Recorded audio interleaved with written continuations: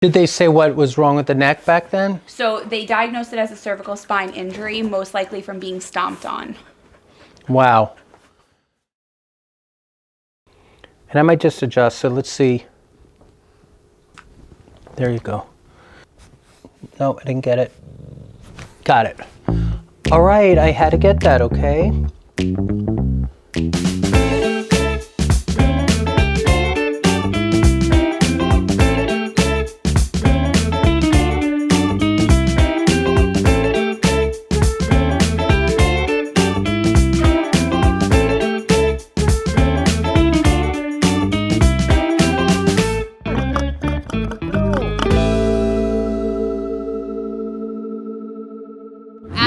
ARRUS was founded in 2007 by my partner, Christina Chavis, and we have been in the rescue business ever since.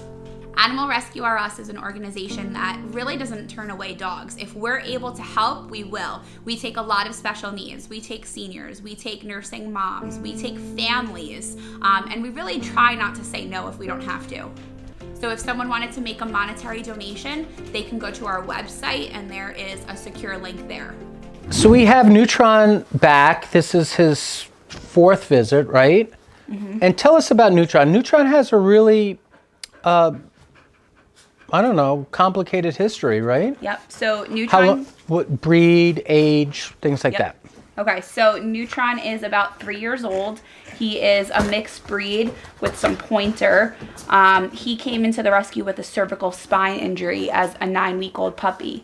As a 9-week-old puppy, he could not lift his body. He was drinking and eating out of a Frisbee because that's the extent of his range of motion in his head. And so we started rehabbing him right away. Did they say what was wrong with the neck back then? So they diagnosed it as a cervical spine injury, most likely from being stomped on. Wow. And that's just crazy. I mean, you guys are getting, these medically sensitive type of dogs that are being surrendered. I mean, sometimes it's like that would be an extreme one where his original owner stomped on Neutron's neck as a puppy. Mm-hmm. And whether it was fractured or not, it was so compromised that he basically had paralysis where he was crawling on his belly like a soldier, right? Correct. Like a shimmy. Like the army crawl when you're crawling under barbed wire in those, basic training videos. And what's even crazier to me is that a lot of people said to put him to sleep. And so for me, the dogs have to have that spark in their eye, and he kind of had that spark, and I was like, let's work with him. I don't feel like that's necessary. So a lot of the work consisted of water therapy, hydrotherapy. So he was in a little life jacket in a tub of water. We also had a sling for him so that he can practice walking on all fours. And little by little, he was able to actually support his body and hold it up. Right. So as a recap, Jennifer and her team got Neutron from a point that Neutron was flat on his belly, could not get up at all, like a dog, on 4 legs. And in a matter of 2 years, right? I actually think that his progress was actually a little shorter. It was about 6 months it took him to be able to kind of hold himself upright. And then each day we see a little bit more progress. So he went from not being able to sit up, so now he can actually sit up. He can jump on the couch. He can use the stairs. He can drink like a normal dog. He can eat like a normal dog. He's housebroken. So I got into working on Neutron about 2 months ago. And on the last visit, I went a little deeper, where I was really going inside and working on these muscles, almost to a point of being a painful treatment. So much so that when you brought Neutron home after the treatment, so you guys were at my place for that one, what happened? So I took Neutron out of the car, and he immediately went to the grass and laid down and refused to get up. And I texted Doc, and I was like, Doc, I think he's a little sore. So we gave him some anti-inflammatory medication, and ironically, on day 3, we actually saw a huge improvement. So in his ability to go up and down up the stairs. So rather than hop up the stairs like a bunny, he was alternating his back legs. So that's huge. That's something that I have never seen in him. Okay, and so that was after the 3rd adjustment. Correct. And so it was kind of, not to say no pain, no gain, but it was worth getting in there to get that type of result. Absolutely. And Yeah. he wasn't at a point where he was like whining or crying or anything like that. I could just tell that he was a little tender. Yeah. I worked you hard. All right, let's do some stuff. So we're going to get started. Don't know where I'm going to go. I'm just going to get started. That's what I sometimes do. So I'm feeling this neck. Now the neck is a big deal. One of the things that make a difference in lameness, whether it's a horse or a dog, is it's not always just the rear end where they're dragging. Sometimes it's this whole nervous system. So I like to look up top because it'll affect the whole body. And I'm trying to see which side is the most intense. Do you want me to reposition him? Yeah, I might have to. But here, I found something here. So now I'm up on the top right atlas. And I might just adjust. So let's see. There you go. How was that? Now I'm touching the rectus capitis muscles on the base of the skull. And those are tender points. He just growled at me. And coming down the neck. Let's switch positions, okay? Mm-hmm. He's like, not that guy. We're having trouble today. Everybody's biting me today, right? The rain. You think so? Yeah. Okay, so let's move him like this. All right. So I might have you hold his head a little bit, So like, I yeah. can't even wrap my hands around his big neck. But it's worth it for me to get these spots. Okay, now I'm at the middle of the neck, the middle cervicals. There's a big one here on the right. So I'm going to adjust this right now. Let's straighten his head a little bit. No, I didn't get it. Got it. All right, I had to get that, okay? Take a breath, just relax. Okay. So now there's a reflex point here that I want to work on. I want to work a little bit on your connection. I want to work a little bit on the connection between the thoracics and the hips. So this area in here, there's a lot of tension. It even affects his breathing. Look how fast his breathing is. If we look at his belly quiver, I forgot the exact number for dogs, but horses, for example, are 8 to 12 breaths per minute. Dogs are probably more like 15 breaths. I know I have that wrong, so you can correct me in the comment if you are the type of person that has that quick in your brain. Where I want to go next is taking a look at Neutron's breathing. Neutron is a shallow breather. And part of that, I mean, one reason that could happen is pain. But I don't know if Neutron's in day-to-day pain. He's in like a little bit of a zone, right? Mm-hmm. Where he's not in pain and he's learned to live with his uncomfortable body or a body that doesn't respond. But he's not in agony. I mean, he's a happy dog.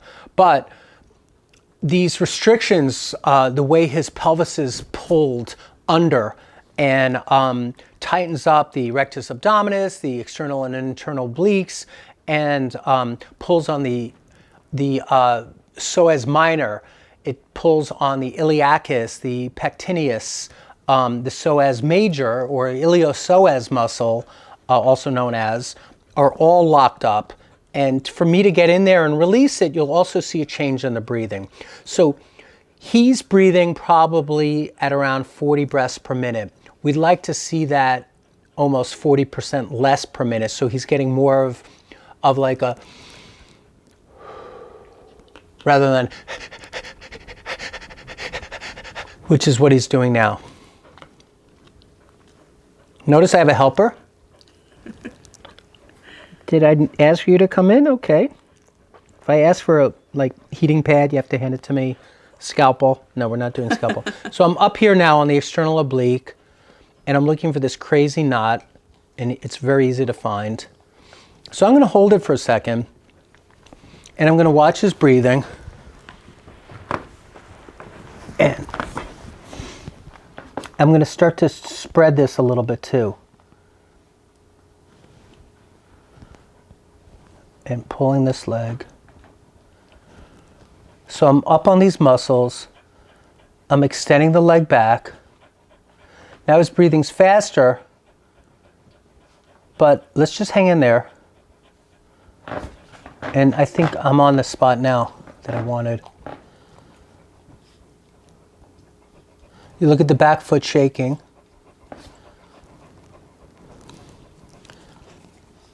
Going to give you a little space in there, okay? So I'm trying to position the pelvis through releasing these muscles.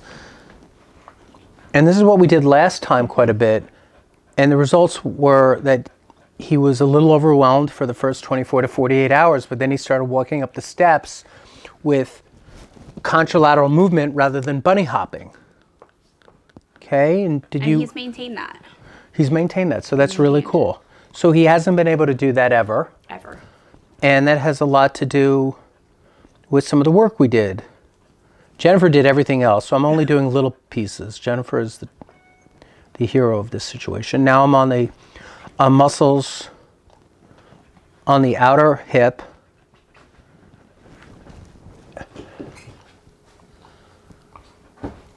And now I'm rotating his hip at the same time and doing some just deep work in here.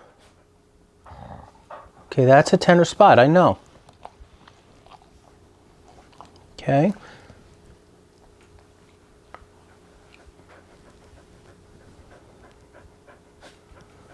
I'm watching Neutron's eyes, I'm watching Neutron's tongue, I'm watching Neutron's breath because it tells me a little bit of how deep I can go. Now I'm underneath. This is not a comfortable spot. My finger's all the way in there into the belly. But I'm specifically on the insertion point of the external oblique, internal oblique, and holding that. Now watch, he's going to calm down now a little bit. Good, so let's leave that now. I'm actually feeling a little tremor right here in the right front. Let's go there next. Okay. We're going to switch spots. Okay.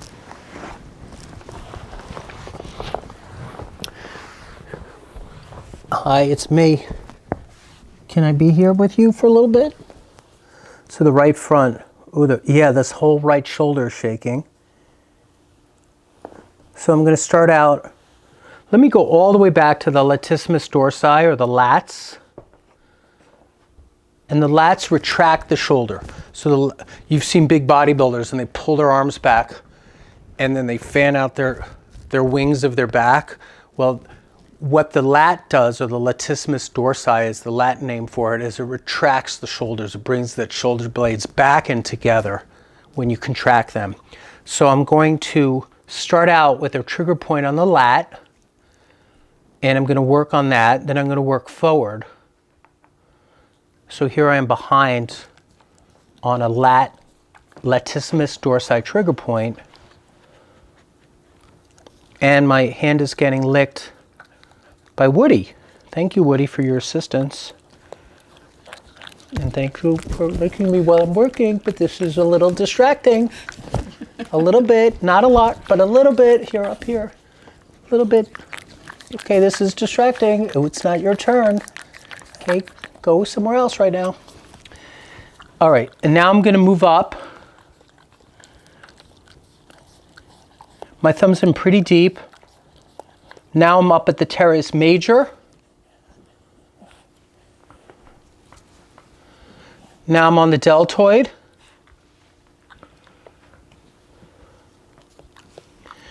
Now I'm up on the brachiocephalicus.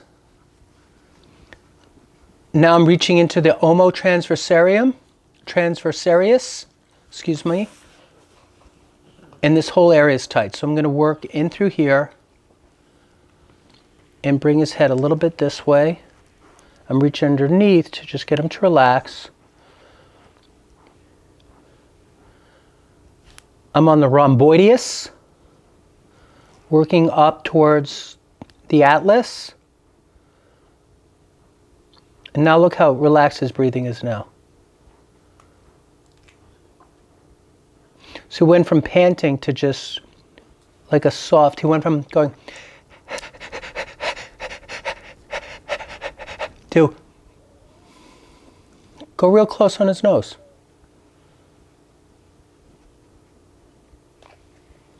Relaxed, a little licking. Good. Reach under, feel his shoulder now, it's not quivering. calm down. Yeah. Here, feel it this way. Like underneath? Yeah. Calm down. Yeah, calm down. Okay, let me just feel this part of your neck now. So I'm squeezing into what would be equivalent to our SCM, sternocleidomastoid, but they don't have quite the same arrangement up here.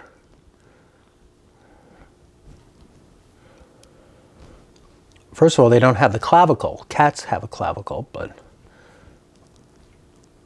All right, so I'm on this spot now. So I'm up on... This would be the posterior cervical chain. And again, he's really relaxed right now. I don't know if people can see that he's not over-breathing. Go back to here. This is not going... So we're doing some good stuff. We're getting him to relax. I wouldn't mind getting on the other oblique. So I'm going to reach under. And look, this gets him shaking again because this is not comfortable. So I'm reaching under. My left hand is underneath, and I'm using his gravity, his body weight to push into the muscle. And his head keeps jerking up because it's very uncomfortable because I'm in these crazy muscles. But I'm doing this purposely to release the pelvis. So again, I'm on all these flexor groups. I'm reaching under. Not that the external oblique is a flexor. I mean, it does give us trunk flexion or lateral trunk flexion, but I'm reaching past that. I'm on the psoas minor, reaching into the psoas major. Okay, so now I'm on his right rectus abdominis, external oblique. I have my fingers on the iliopsoas, and I'm trying to release the pelvis from tucking under so much. And that's what rounds his back. That's why his hoofs are under, his feet are under. I just was working on horses this week. But when a horse has their feet under them too much, too close to the front legs, that's not a good thing. And that's how he has to walk as well. But he's now really relaxing into this. I'm still holding the point. So underneath, you can't see this, but I'm pushing in, pushing in, pushing into these key spots and getting these muscles to relax. Now I'm gonna let go, and we'll just let him take that in. He's licking and chewing a little bit like a horse. And let me go down and say hello. Hopefully he doesn't get scared of me. Okay. What was that like? Did you like that? All right, we're gonna finish on that today, okay, Neutron? Hopefully you have a good day or two, and then you'll see your staircases are better now. All right. We're all set, okay? All right, thanks. Bye, everyone. And I might just adjust, so let's see. There you go.